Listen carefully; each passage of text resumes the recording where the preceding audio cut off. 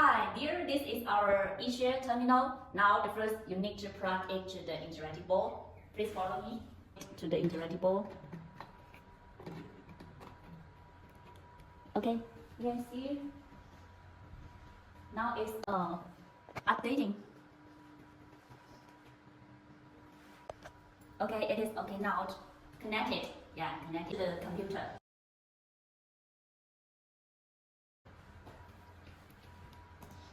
Okay. After the light stopped, you can click here.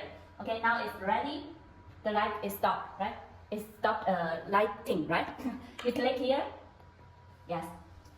Now it's prepared successfully. Then you can control it. The mobile control the laptop here. Let's open here. Okay. Control from here. You see that?